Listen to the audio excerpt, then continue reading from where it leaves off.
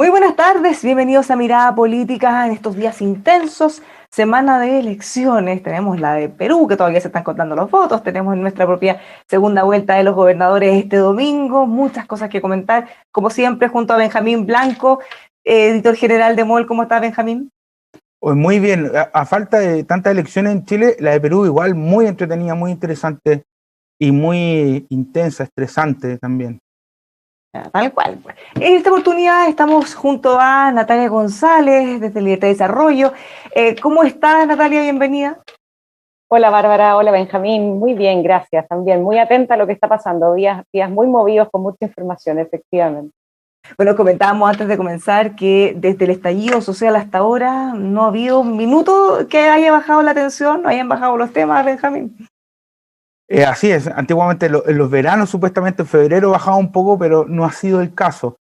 Y no fue el caso la semana pasada justamente en la última cuenta pública del presidente en que, bueno, anunció la suma de urgencia al proyecto de matrimonio igualitario y generó una tensión muy fuerte en su bloque. Algunos hablan incluso de divorcio definitivo, bueno, muchas frases grandilocuentes, pero hay un punto importante que uno podría hacer un paralelo con lo que ocurrió el último año de su mandato anterior, el 2013, en que también hubo gestos que incomodaron a su bloque, como la frase de los cómplices pasivos, al cumplirse 30 años del golpe de Estado, y el cierre del penal Cordillera. Entonces, la primera pregunta, Natalia, justamente apunta a que de aquí a los 9 meses que le quedan de mandato del presidente,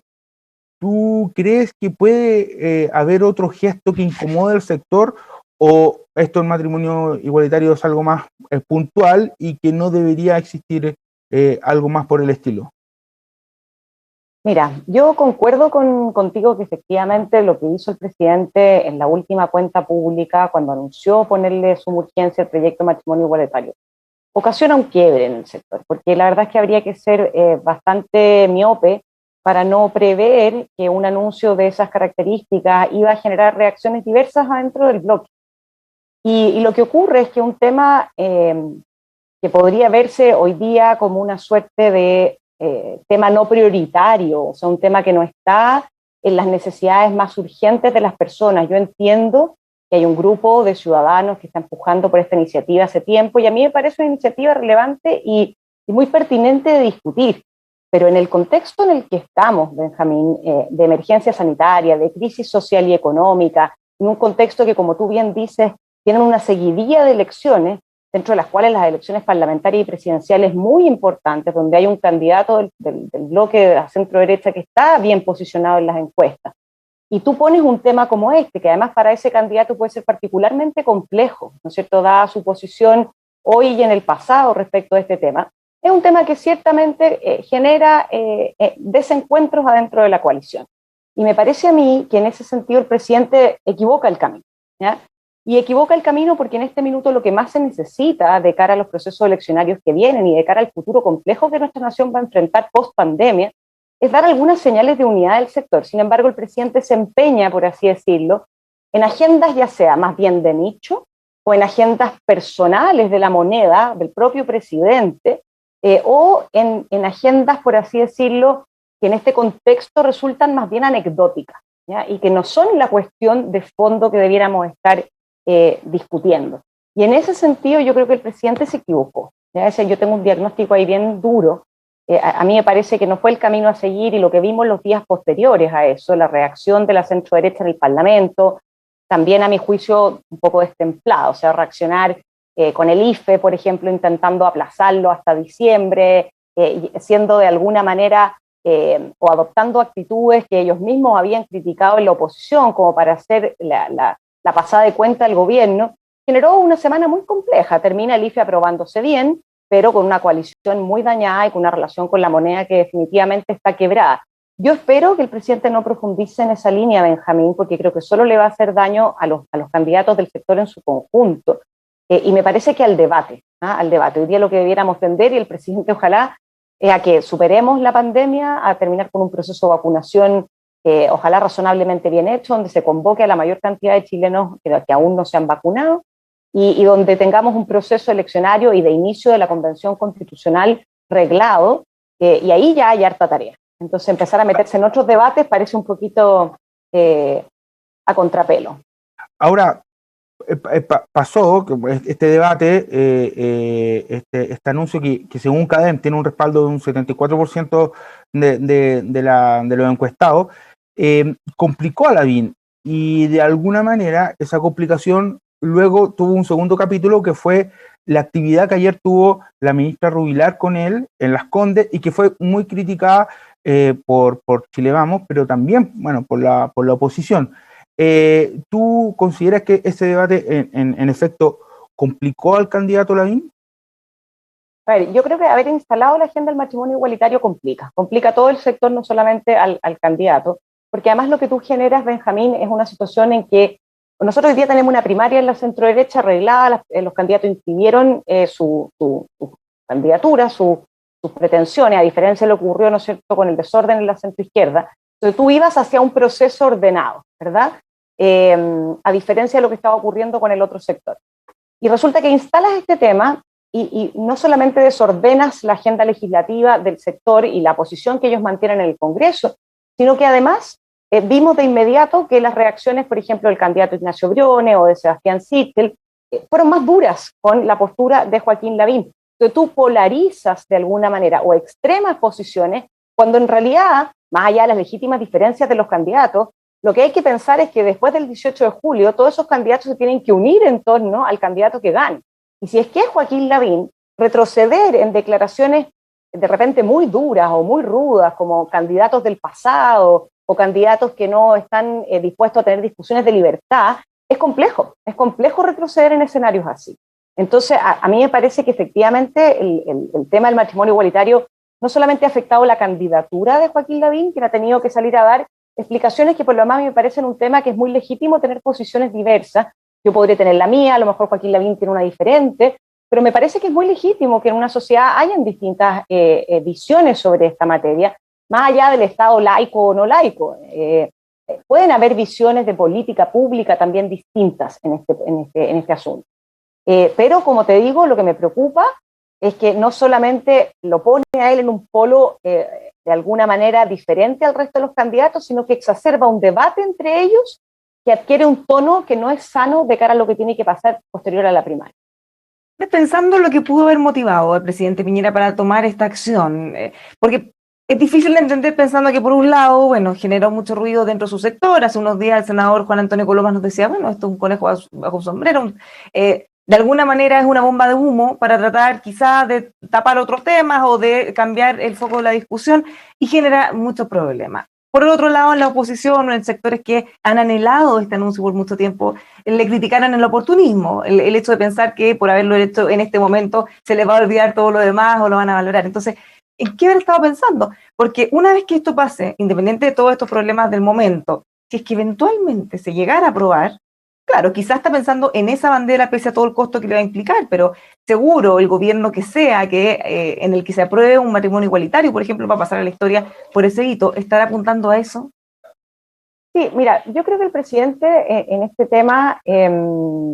comete, a mi juicio, un error que es bastante reiterativo ya, que es tratar de hacer ciertos guiños a sectores que no lo apoyan políticamente, más allá de su propia convicción. Yo no pongo en duda que el presidente haya cambiado de idea en comparación a lo que él planteó en su candidatura presidencial, es legítimo si así lo fue, pero aquí más bien lo que parece no es eso, sino más bien tratar de volver a abuenarse con un sector de la oposición que le ha sido muy mezquino, ¿ya? Independiente de las señales que él ha dado. Y el problema que tiene eso, Bárbara, es lo siguiente, no solamente instalar un tema que para la centro-derecha es complejo, sino que cuando tú tienes un sector de la centro-derecha que ha sido leal al presidente, ¿ya?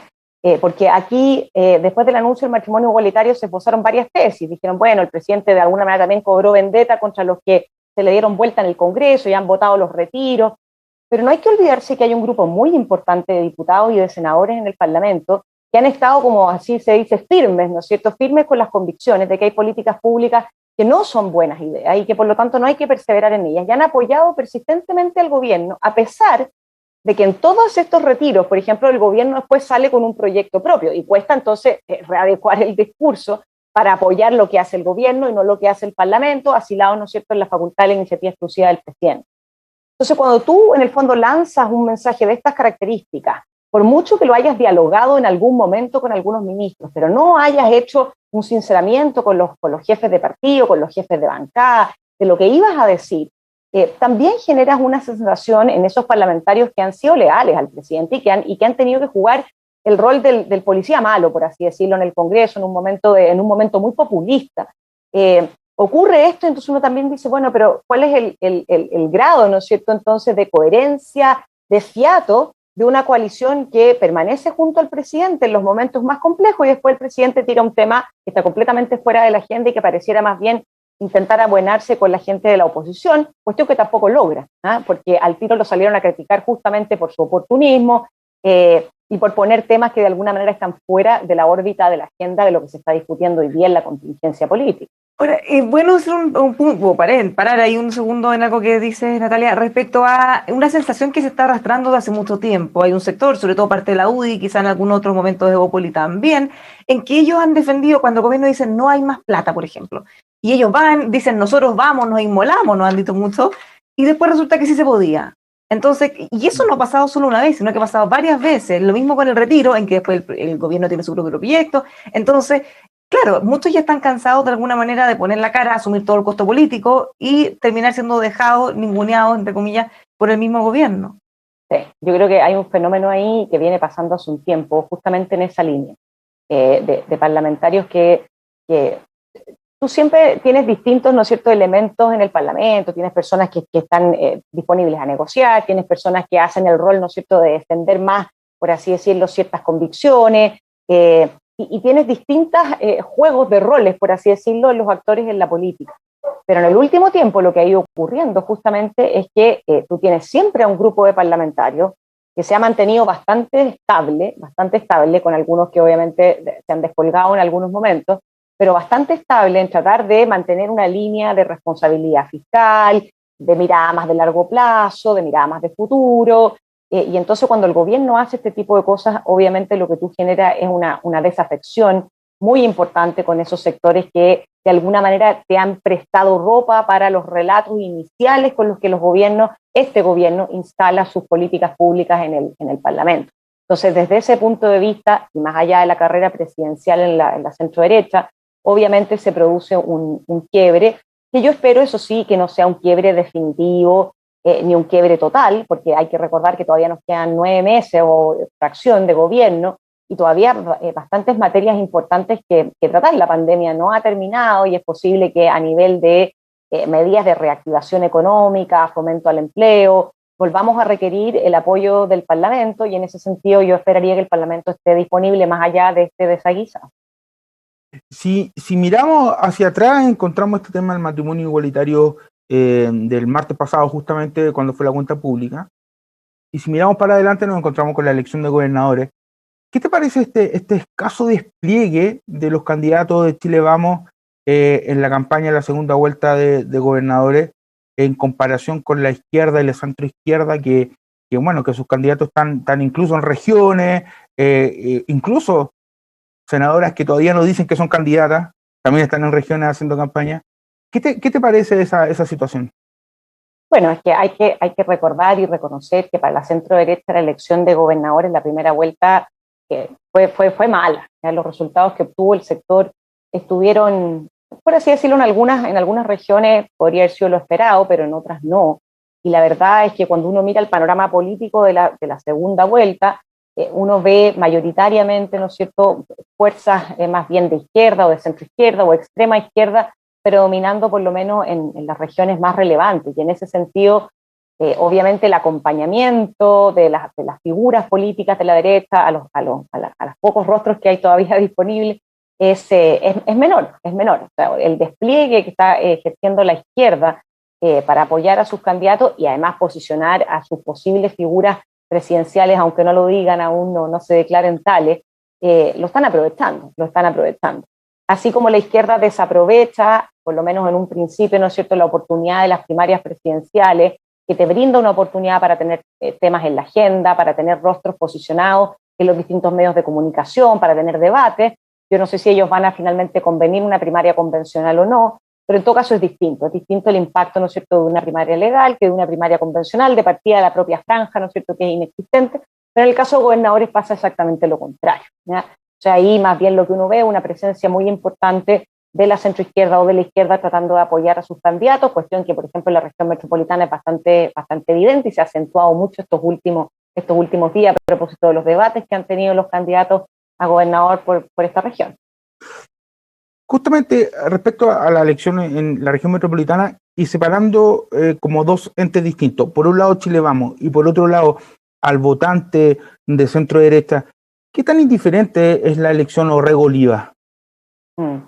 Mira, yo te diría que cuando uno se va interiorizando más, ¿no es cierto?, de las propuestas de ambos candidatos, ha presenciado los debates,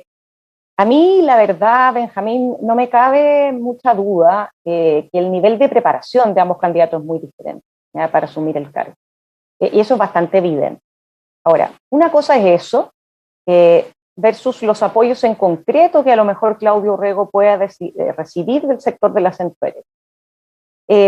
¿Por qué lo digo? Porque en el fondo, a ver, el gobernador regional tiene facultades bastante limitadas, tiene un conjunto de atribuciones, pero un conjunto de atribuciones que, por así decirlo, no resulta tan incidente la figura del gobernador en materia de las políticas públicas que se pueden adoptar respecto de la región, y si bien es como una historia en progreso, porque siempre el presidente puede delegar mayores atribuciones en el gobernador, las facultades que tiene hoy día dejan harto que desear respecto de lo que efectivamente el gobernador regional puede hacer, ¿ya? Y en ese sentido hay una brecha enorme de las promesas que hace, por ejemplo, la candidata Oliva de lo que puede hacer y lo que va a hacer versus lo que legalmente está facultada para hacer, ¿ya? Y entonces ahí uno nota mucho más la experiencia de Claudio Orrego. Ahora, ¿por qué la derecha probablemente, o cierto sector de la derecha no va a ir a votar por Claudio Orrego? Yo creo que en parte tiene que ver con eso, tiene que ver porque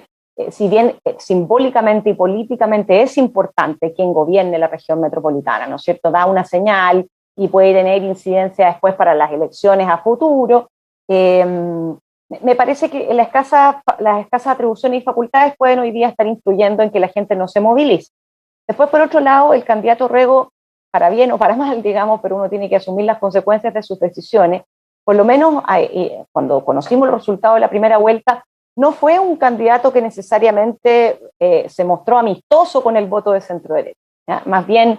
yo no te diría que lo ninguneó, pero sí fue muy claro en que no lo necesitaba, en que él salía con los votos de su sector, y en ese sentido, cuando tú de alguna manera vas viendo la evolución política de estos últimos años y ves a una centroizquierda muy autoflagelante de lo que se hizo durante los 30 años de la Concertación, y que no sale a defender, creo yo, erróneamente, con coraje, todo el progreso que alcanzó el país en esos 30 años, más allá de no ser complaciente con los desafíos que aún tenemos, yo creo que hay un sector de la centro-derecha que ese tipo de cosas no está disponible, digamos, para seguirse prestando para un juego en que aparece alguien más moderado, pero a la hora de los que hubo no defiende esa obra, no defiende esa acción, se muestra poco empático con el candidato de centro-derecha. Entonces, en esa línea yo creo que hay un riesgo, por así decirlo, en la candidatura de Claudio Orrego de que estén dando como por descontada esa participación de la centro-derecha, cuando a mí me parece que no es tan evidente. De hecho, hoy día justamente cambió levemente el discurso en una entrevista en Radio Universo en la mañana. El candidato Orrego dijo algo así como: no soy neutral, pero sí soy pluralista y convoco a todo el mundo. Igual hay un cambio en relación a cómo había sido sus anteriores intervenciones. Sí. Sí, y a mí me parece que ese cambio, más allá de la conveniencia electoral, pero a mí me parece que en general los políticos últimamente han abandonado este espacio un poco del centro izquierda y centro derecha, cuando perfectamente lo podrían estar llenando. O sea, hoy día tú tienes un electorado ahí que no está siendo ampliamente representado, que es un poco lo que hace también Joaquín Lavín, ¿no es cierto?, con su discurso, tratar de capturar un voto no necesariamente de su sector solamente, sino que ir más allá, ¿verdad? No hay ningún presidente que salga solamente con los votos de su propio sector, menos en el caso de la centro-derecha. Yo creo que lo que está percibiendo Claudio Orrego es algo similar, ¿ya? Es algo similar. Yo creo que también, y no sé cuánta incidencia podrá tener, pero lo que está ocurriendo en Perú, por ejemplo, este fenómeno en que eventualmente pueda ganar o asumir la presidencia un candidato del Partido Comunista, a Claudio Orrego eventualmente le puede ayudar, le puede dar un empujón. porque en el fondo lo que uno termina viendo es que situaciones que se presentaban como una cosa, un alias, pueden concretarse y ser reales. Y la verdad es que esto yo no tengo ninguna intención de sembrar campañas del terror, ni mucho menos, pero es cuestión de leer el manifiesto que sacó el Partido Comunista a fines del año pasado, chileno, para entender por lo menos lo que ellos programáticamente quieren hacer. Y si eso uno lo pudiera más o menos traspolar al caso de Perú, a pesar de que hoy día el jefe de su programa económico hace declaraciones un poco también para bajar, ¿no es cierto?, la intensidad de los temores, por así decirlo, con los programas de los gobiernos comunistas. Vamos a ver si es efectivo eso al final del día o no. Pero eso también pudiese motivar a un votante de centro derecha que dice, esto es una realidad que se puede concretar, se está concretando en Perú, se podría concretar en Chile, y si bien la candidata que tiene al frente, Claudio Rego, no es del Partido Comunista, sí ha recibido simpatías, ¿no es cierto?, por parte del Partido Comunista. Hay una primaria entre el Partido Comunista y el Frente Amplio para las presidenciales, y en esa línea a lo mejor a Claudio Rego le da un empujón sin quererlo, digamos, lo que está ocurriendo en Perú. No, uno puede entender quizás la actitud de Claudio Rego en un principio, cuando era desde la otra campaña sindicado como el candidato de la derecha, así con todas sus letras, en el fondo, porque es evidente que iba a ser para muchos o el mal menor o quizás la mejor alternativa. Quizás quería sacarse ese mote de ser el candidato de la derecha, como nos dijeron aquí mismo, incluso presidente de Comunes. Y por otro lado, ¿cuánto puede pesar? Porque estamos mirando la elección, la gente de la derecha, centro derecha, no tiene su propia candidata, pero saben perfectamente que lo que ocurra en esta elección de gobernadores de la región metropolitana de alguna manera podría marcar cuáles son las fuerzas de la oposición que después se van a reflejar también en la elección presidencial. O sea, a nadie le puede ser diferente cuánto pesa el Frente Amplio y Partido Comunista versus Unidad Constituyente. Sí, aunque es complejo ese análisis, porque yo tiendo a pensar que la participación en la elección de gobernadores ahora en la segunda vuelta, la participación ciudadana va a ser bastante más baja que lo que vimos en la primera vuelta. En la primera vuelta tú tenías varias otras elecciones, por así decirlo, ancla, que movilizaron a la población, y aún así fue más baja de lo que se esperaba, ¿no es cierto? Pero la elección de los convencionales, incluso la elección de los alcaldes, que para muchos ciudadanos y ciudadanas son una autoridad muy importante porque son su primer contacto, por así decirlo, con el Estado, con el gobierno, incluso en años como estos de pandemia, de emergencia social, los municipios cumplen un rol muy importante. Entonces ahora tú esas elecciones no las vas a tener, y vas a tener solamente la segunda vuelta del gobernador, además en algunas regiones. Yo tiendo a pensar que la participación incluso podría ser más baja que la que vimos en la municipal, ¿no es cierto?, del año 2016, o sea, que no llegue ni al 35%, y en esa línea como predictor es más compleja, o sea, decir esto puede predecir escenarios futuros. Yo creo que es prematuro decir que puede tener ese efecto de predicción. Ahora, lo que sí es que tiene un efecto simbólico, político muy importante. En eso yo concuerdo contigo. Ahora, la candidata Karina Oliva, lamentablemente, y lo digo lamentablemente para su propia candidatura, creo yo, porque más allá de que ella tiene un apoyo, ¿no es cierto?, digamos, estable en ciertas filas de la centroizquierda, bien digo, y de la izquierda extrema, y también, obviamente, de su propia coalición, Partido Comunista y Frente Amplio,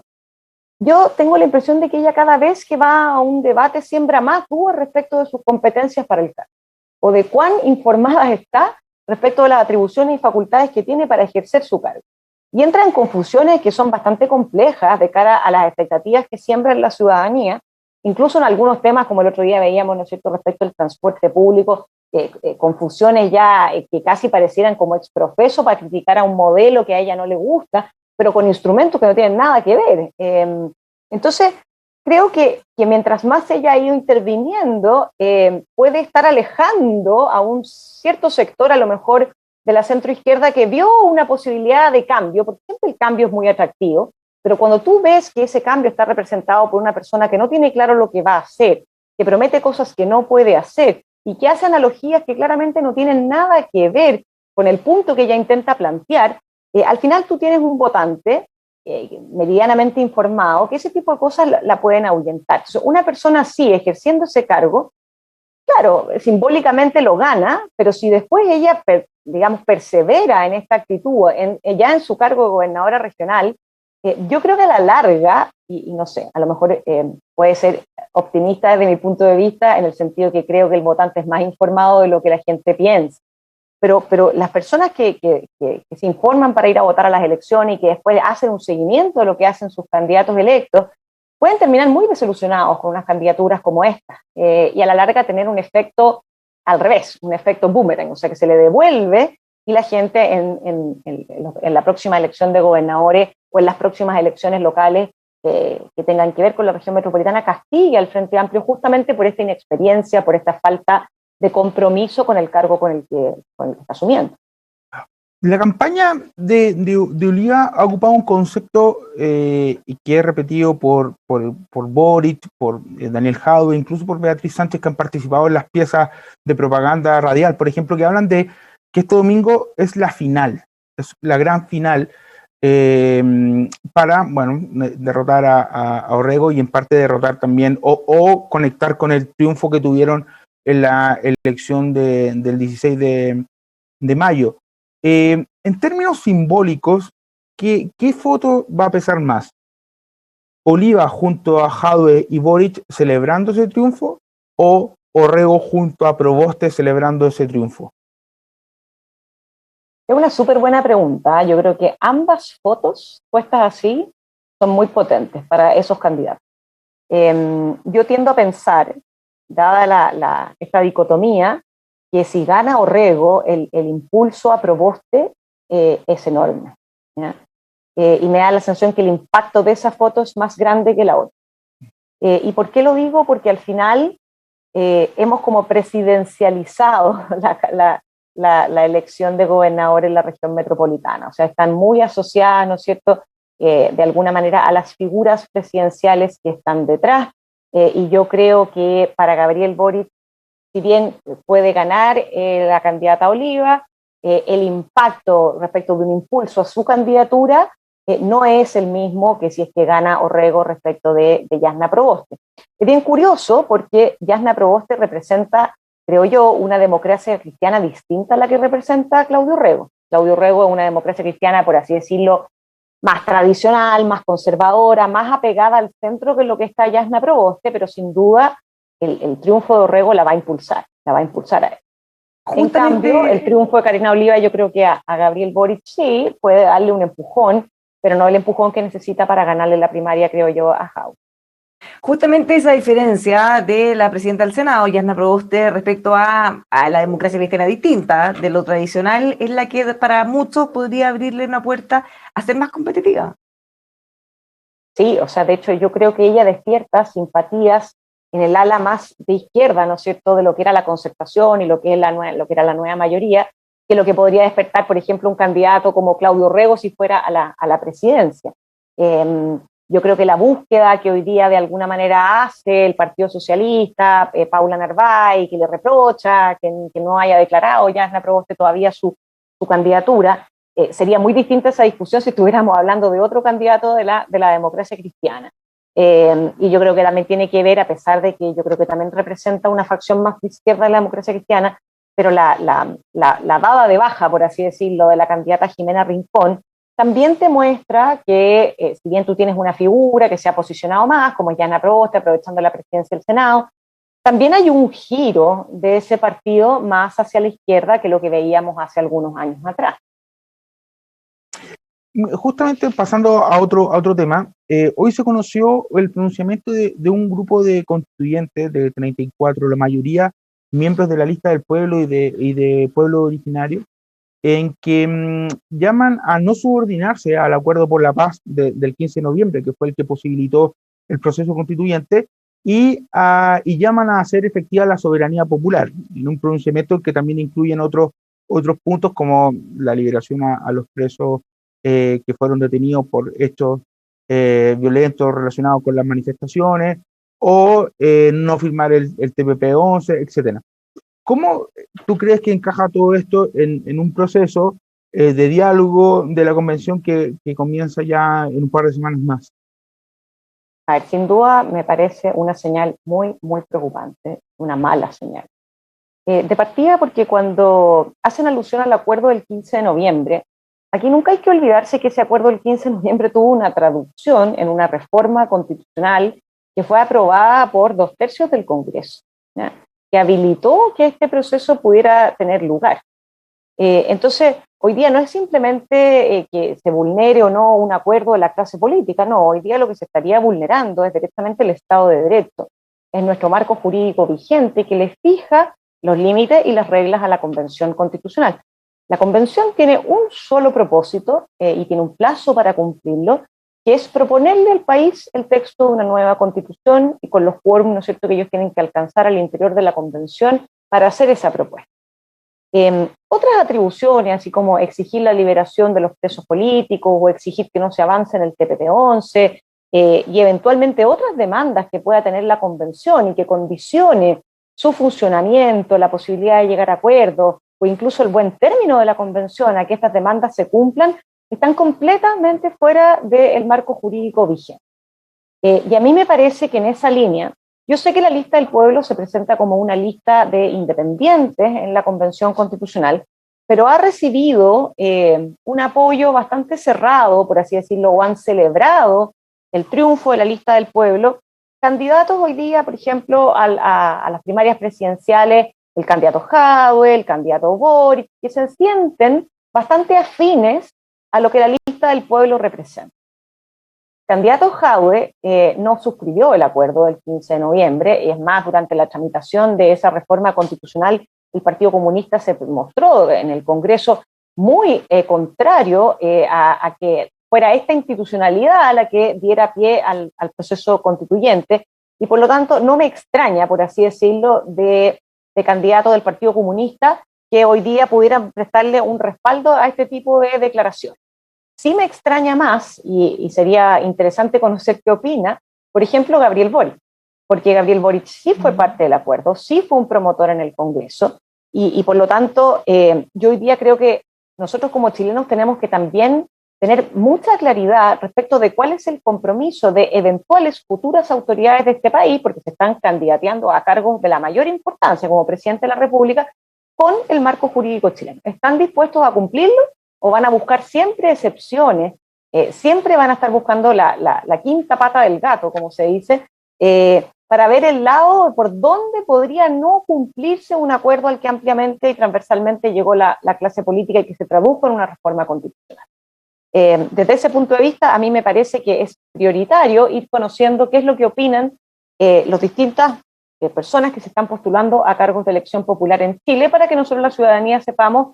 qué terreno estamos pisando, Benjamín. Porque acuérdate que aquí la convención va a sesionar mitad de tiempo, por así decirlo, con un gobierno y otra mitad de tiempo con otro gobierno, ¿ya? Entonces, no es indiferente la escasez de compromiso que eventualmente puedan tener candidatos que salgan electos en diciembre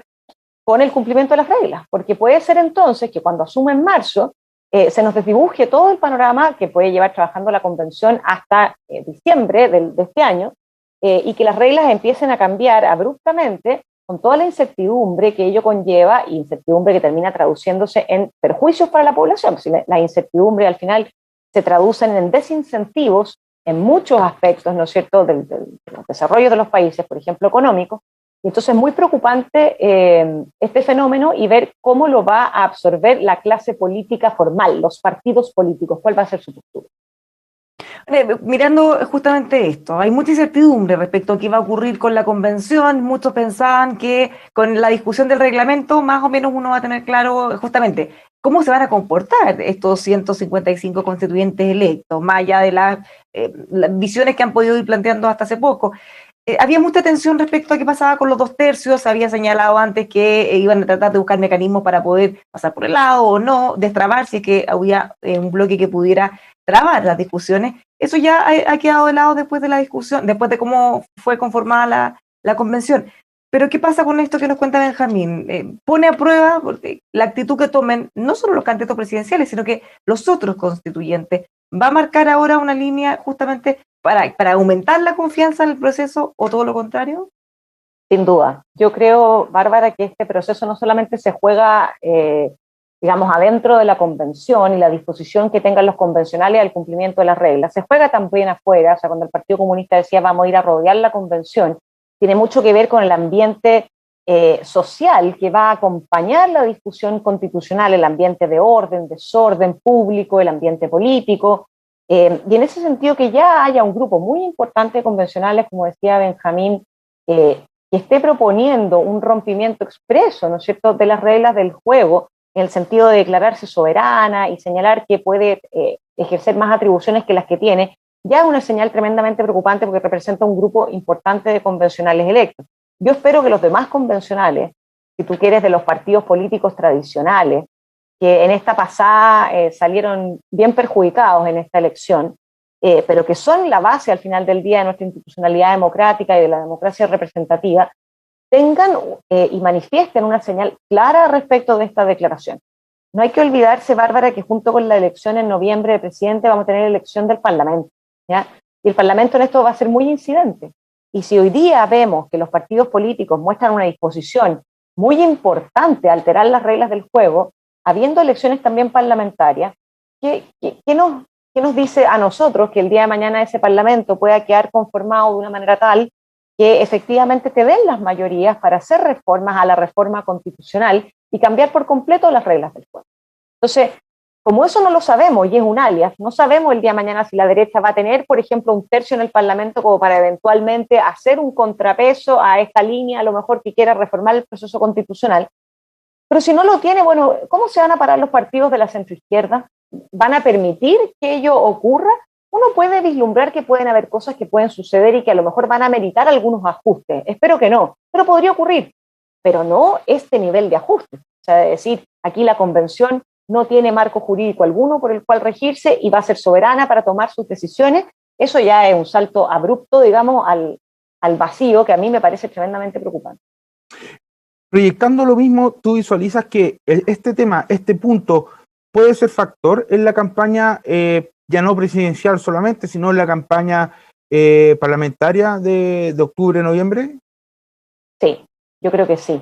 Yo creo que sí, justamente por lo que te decía antes. Yo creo que la gente de a poco se va a ir dando cuenta que este es un proceso constituyente como partido en dos, como antes de las elecciones y después de las elecciones. Y eso además va a tener incidencia en muchas de las cuestiones de fondo que se van a discutir en la convención. Yo espero que ciertas materias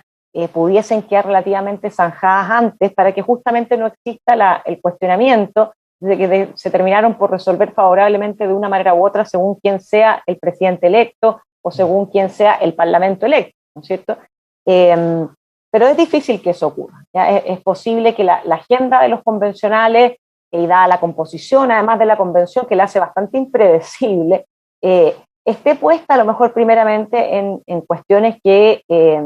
van a tener más que ver con demandas sociales para después abordar cosas más propias de la institucionalidad. Y ahí, como te digo, sí el cambio de gobierno puede tener una incidencia en los incentivos de los convencionales para actuar de una manera u otra.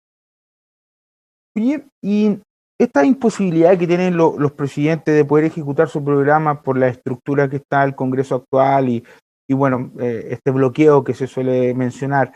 sumado a la crisis de los partidos políticos, a la polarización de las élites, que al parecer, según alguna encuesta, no es tan notorio en la gente, sino más bien en los partidos políticos o la élite. ¿Qué opinas de esa máxima que se ha instalado un poco de que Chile podría peruanizarse o la política chilena podría peruanizarse, a propósito también de esta segunda vuelta tan estrecha en Perú en este momento? Sí, yo creo que a propósito de varios de los fenómenos que tú mencionabas, yo creo que en Chile hoy día se ha instalado, a mi juicio erróneamente, una discusión sobre eventualmente migrar, como lo hizo en algún momento también el régimen peruano, ¿no es cierto? Salirnos del presidencialismo, se le critica que hay un hiperpresidencialismo exacerbado en Chile y habiendo eso entonces que migremos hacia otras formas de gobierno que darían salida o soluciones más prontas a las crisis que enfrenta el presidencialismo porque sería muy rígido bajo el sistema presidencial, ¿no es cierto? Yo creo que eso no es un diagnóstico acertado, Benjamín. Yo creo que los problemas que nosotros estamos viendo hoy día bajo el régimen presidencial no me parece que sean estructurales al presidencialismo, sino que más bien están en cuestiones que son propias del sistema de gobierno en general, no solamente del régimen, ¿ya? No es estructural al régimen de gobierno, sino que tienen que ver con cuestiones más orbitales. Una de las que tú mencionabas, nosotros tenemos un fenómeno multipartido en Chile desde hace muchos años, ¿ya? Desde hace muchos años atrás, nuestra historia en el fondo está caracterizada por el multipartidismo político. Nosotros tenemos hoy día también un sistema electoral proporcional que no contribuye a generar mayorías en el Parlamento, sino que más bien fragmenta o atomiza las fuerzas políticas en el Congreso, lo que dificulta obviamente que cualquier programa de gobierno pueda llevarse a cabo, porque hay que hacer acuerdos con distintos grupos o facciones al interior del Congreso. Esto no solamente le pasó al presidente Piñera, le pasó a la presidenta Bachelet en su segundo mandato también. Tienes un sistema de voto voluntario, tienes un mandato corto de 4 años, tienes partidos políticos cuya ley también fue reformada hace poco tiempo, en el que tú, digamos, pusiste incentivos para que se formaran más facciones o más coaliciones sin referencias programáticas claras, y por lo tanto a mí me parece que en esa línea, más que avanzar hacia el régimen peruano, que además es unicameral, entonces también tiene algunas dificultades en esa línea, nosotros debiéramos ver qué problemas hoy día están en esta órbita, como te decía, e intentar darle solución a esos problemas para darle cabida a un presidencialismo más colaborativo con el Parlamento, con una acción más colaboradora del Congreso, para lo cual también hay que reforzar algunos aspectos del Congreso, por cierto, más que pensar en migrar a un sistema que nos puede parecer idiosincráticamente muy ajeno. O sea, yo hoy día, la verdad, no vislumbro que nosotros los ciudadanos chilenos estemos de acuerdo con que al presidente de la República o al jefe de gobierno, que para todos los fines es el presidente de la República como nosotros lo conocemos, no lo elijamos los ciudadanos, sino que lo elija el Parlamento, ¿ya? Tú te fijáis al final del día cuando eso ocurre, Parlamento y jefe de gobierno al final son como una especie de continuo, ¿ya? Hay como una fusión ahí. Nosotros tenemos un sistema distinto, en que hay dos autoridades directamente elegidas, el Congreso y el presidente, por la población, y eso genera tensiones, pero también genera virtudes y le da al Parlamento un rol bastante más protagónico que el que tienen los sistemas parlamentarios. Hace muy complejo porque ya están todos de alguna u otra manera pensando en cómo podríamos hacer cambios, se miran ejemplos en otros países, claro, pero cada uno tiene su propia idiosincrasia, cosas que resultan en otro lado no necesariamente va a resultar acá. Pero sí hay consenso en que hay que hacer un cambio en el fondo. ¿Va a ser para mejor? Es algo que tenemos, o podríamos tener dudas. Sí, yo creo que en este tema no hay que apasionarse en la discusión y hay que ver bien cuáles son los efectos que tendría para un país como el nuestro, en vías de desarrollo y posiblemente bastante más pobre después de la pandemia, migrar a un régimen como ese. Mira, por ejemplo, se dice que los regímenes presidenciales son súper rígidos, que cuando hay crisis es difícil sacar al presidente, y la gran gracia que tiene el parlamentarismo, una de las grandes gracias es la flexibilidad, o sea que tú puedes poner a una figura ad hoc para enfrentar momentos complejos, ¿ya? Eso es cierto, porque está el voto de censura. Pero lo que no se dice o que es menos puesto en la palestra es que muchas veces para volver a formar un nuevo gobierno, elegir a un nuevo jefe de gobierno, sobre todo en un esquema de atomización de las fuerzas políticas, el que esas fuerzas políticas se pongan de acuerdo para elegir a un nuevo primer ministro puede tomar meses, incluso en algunas naciones europeas toma años. Y el problema es que en países como los de nosotros, donde las urgencias sociales no deben y no pueden postergarse, no nos sirve tener un gobierno de administración o un gobierno de ejecución durante todos esos meses en que los partidos políticos no se pongan de acuerdo en quién va a gobernar. No es presentable bajo el punto de vista de nuestras necesidades. Después, desde el punto de vista de la formación de coaliciones, ¿qué nos asegura a nosotros, dada la fragmentación y los otros temas, sistema electoral que tenemos, que vamos a tener un Congreso que se pone de acuerdo en quién va a ser la figura del primer ministro? Entonces, yo más bien pienso, y en esto obviamente no hay receta, pero pienso que uno tiene que mirar la tradición chilena, ver qué cosas han funcionado bien y qué cosas han funcionado mal, y qué cosas hay que reforzar. Más que a lo mejor intentar migrar hacia otros modelos que además son modelos que hay que tener mucho cuidado, porque en la práctica los modelos funcionan bastante distintos que en el papel. Tú hoy día miras la Constitución Política de Chile y dices, oye, pero este es un presidente omnipotente. Y miras la realidad y te das cuenta que es un presidente que por mucho que ponga urgencias legislativas, no tiene ni una sanción si no se cumplen. Es un presidente que ocupa, la facultad del veto se ocupa, efectivamente, pero cada vez, y así es como debiera ser, ¿no es cierto?, como una última ratio, justamente porque tienes la dificultad de que el Parlamento podría insistirte por los 2/3 en algunos casos, cuando el presidente pierde las mayorías en el Congreso, como le ha pasado al presidente Piñera, no las tuvo y ha perdido incluso en su propia coalición, ¿no es cierto?, apoyo. Entonces, a mí me parece que las facultades en el papel dejan harto más que decir cuando uno mira la práctica. Y entonces, si vamos a ir a buscar modelos de afuera, tenemos que ser súper cuidadosos en no solo importar lo que pueda estar en la teoría, sino que ver cómo esos modelos funcionan y cómo eso eventualmente se adapta o no a Chile. Si tú vas a elegir a un presidente, un jefe de Estado que tiene pocas atribuciones de gobierno directamente por el pueblo, y a un primer ministro por el Congreso, ¿qué puede ocurrir si esas dos personas que van a cohabitar en la moneda no pertenecen a la misma coalición política? ¿Qué grado de conflicto vas a llevar a la moneda? En otros países han encontrado mecanismos para intentar mitigar o solucionar eso, pero no son mecanismos sencillos ni fáciles de implementar. Entonces, yo ahí más bien llamaría a la prudencia, y yo creo que sí hay aspectos del presidencialismo que sí pueden mejorar y sí pueden corregirse, no solamente estructuralmente, sino que respecto de las cuestiones que son propias del sistema de gobierno, que me refiero al sistema de partido y sistema electoral. Bueno, sin ir más lejos, el segundo gobierno de la presidenta Bachelet ya tenía mayoría en ambas cámaras y así todo le costaba sacar adelante los proyectos. Así que una cosa es como dicen en el papel y otra cómo funciona en la práctica. Natalia, muchísimas gracias por habernos acompañado. Súper interesante la conversación en estos tiempos tan convulsionados. Muchas gracias a usted, Bárbara, Benjamín. Un placer. Muchas gracias, Natalia. Ya, pues muchas gracias a los dos, Benjamín. Nosotros nos encontramos, como siempre, el próximo martes aquí en Mirada Política. Ya, y vamos a tener además novedades de la segunda vuelta, así que todo es lo que estamos conversando, vamos a ver qué ocurre finalmente. Muchas gracias por acompañarnos, invitadísimos a seguir informándose junto a nosotros aquí en emol.com.